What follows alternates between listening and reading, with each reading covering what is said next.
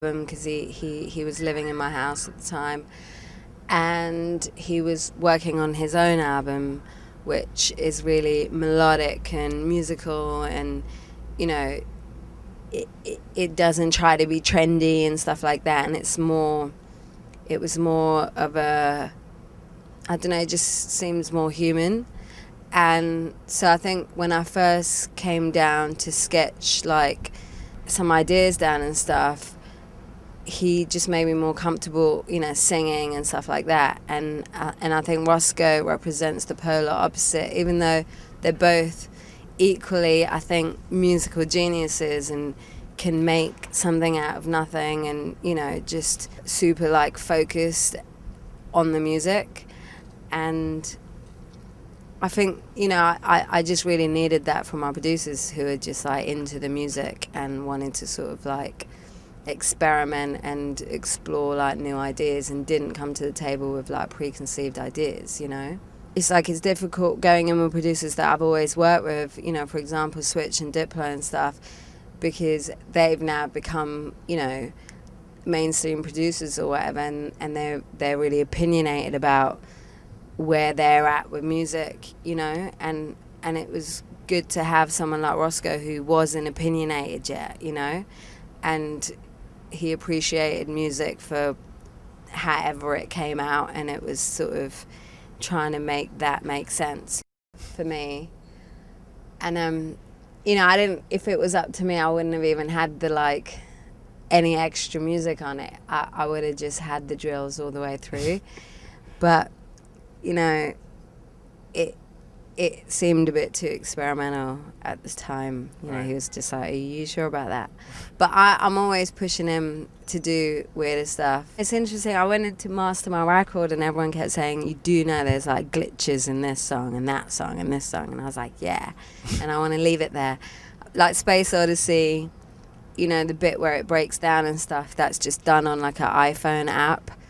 And you know, we recorded it back into the computer, and it's made up of all the glitches and stuff, and it's not controlled. And you know, because we recorded it at the same time as me singing, like it's just is at it as it is, yeah. So Teqkilla, I think, is the most like exciting for me as well, musically. Like a cave, you had to go down into it, and then I just sort of, you know, made it as creative as possible for me, because I was sort of making the furniture and making the pictures. You were making the furniture?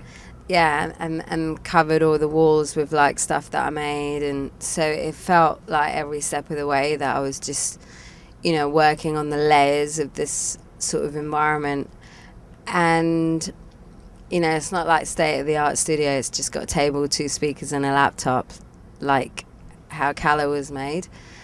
And yeah, so it was just kind of no pressure, basically, you know. And I think that's what the most important thing to me was at the time, is not being this huge studio that costs so much money with all these like people and engineers, and you know, like with the pressure of making like hits, you know. And I wanted to make something more personal. It was made at home in like a commune environment, just because at the moment that's what was possible to me. You know, I had a child, and it was like the baby monitor only goes for sort of like 200 meters radius or whatever, so I couldn't go further than that. So yeah. Does the baby react to particular tunes or to music in a certain way? Yeah. Yeah, I was making Rye Rye's album when I was pregnant, so he's into that sort of stuff more. And yeah, he's... Is it sounds or is it just movement? No, he sings, and yeah, he's into bass lines. Like the whole time, you know, he was born and stuff, Blaqstarr was always making stuff, so he always heard the like rumbling of the, you know, bass lines and stuff, and slept to it. That when we stop making music, he starts crying.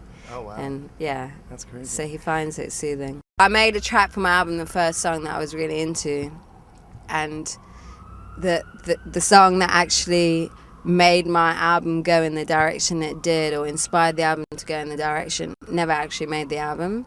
But I want to get Jay-Z. I want to give it to him, because I think it suits him more. Yeah. Yeah. Where does like What's the vibe like? Kind of set us up a little bit of what. It's like insane. He's never done anything like that. Right. Yeah. Is it more insane than like Steppin' Up? Way more insane. But in the same ballpark. I guess this is my album in style. And Is this your like American meat and potatoes album almost? I don't know, everyone keeps sort of saying, why doesn't it sound like the last one? But I think being a life experience artist or whatever, it wouldn't have been truthful for me to make a worldly sounding album when I was in America, you know? So I think to me it sounds really American in English alien in America kind of way. After the last one, what did you know you didn't want to do? I think it worked out great that I couldn't leave the country and I was just like shut and locked up in a cave, and it gave me time and space to just puke all this stuff out that was going on in my own life, you know. It's like I couldn't even register another human being or another influence or, you know, the scene and the music that's going on outside and all this sort of stuff, which I've always been like that. I've always been out there kind of person and like, you know, I don't know, been really connected to everything and everyone before. And this is the first time I had to just take time out. And I think, you know, on my first album and stuff, you know, I thought that Amazon was me singing and, you know, and Paper Planes was me singing.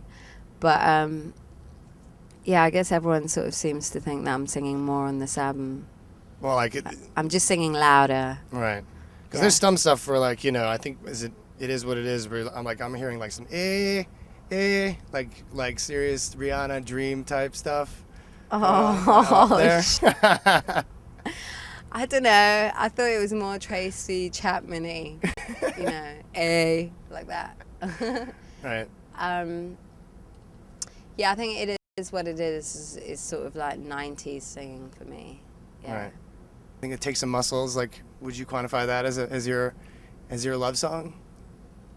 Maybe in a certain way. Does it break your back to say that? Yeah, I don't know if I'm ready. I just can't go there. I think. Is this your I'll Usher have to R. make Kelly joint? another album. Just not ready. Oh, yeah, okay. I still fight the ones that fight me. That's like the song.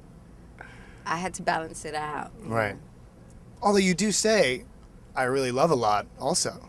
That's true. I do. Tell me about what you But love. I bite the ones that bite me. I want to hear what you love about. Everyone's always like, you know, whatever. I want to hear about what M.I.A. like loves. M.I.A. loves.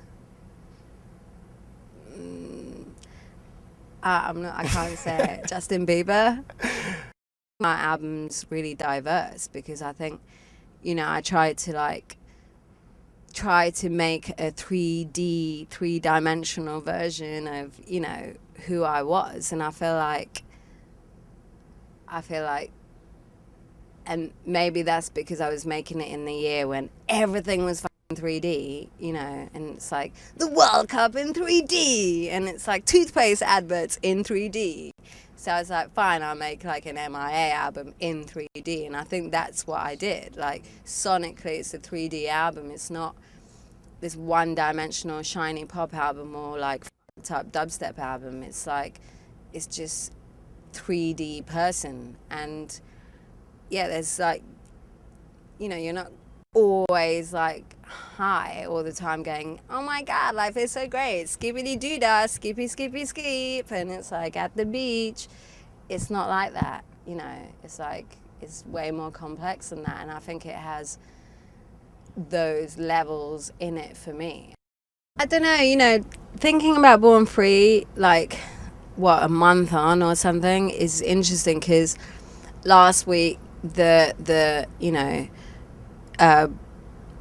I guess in Arizona they shot the Mexican kid, and it kind of, now a month later you have like a real issue that went down, you know, or if you think about the boat, you know, that went into Palestine with all the sort of activists and stuff. Like since the video came out, there's been like events, or even yesterday the story about, the president being able to shut the internet down, with one button, the kill switch or whatever, which is all really interesting. This is not weird, like crazy, conspiracy theory. This is mainstream media. Like, that is not, I wish I was more, I wish I was talking about way more underground theories, but it's not. This is just me digesting what I see in the mainstream,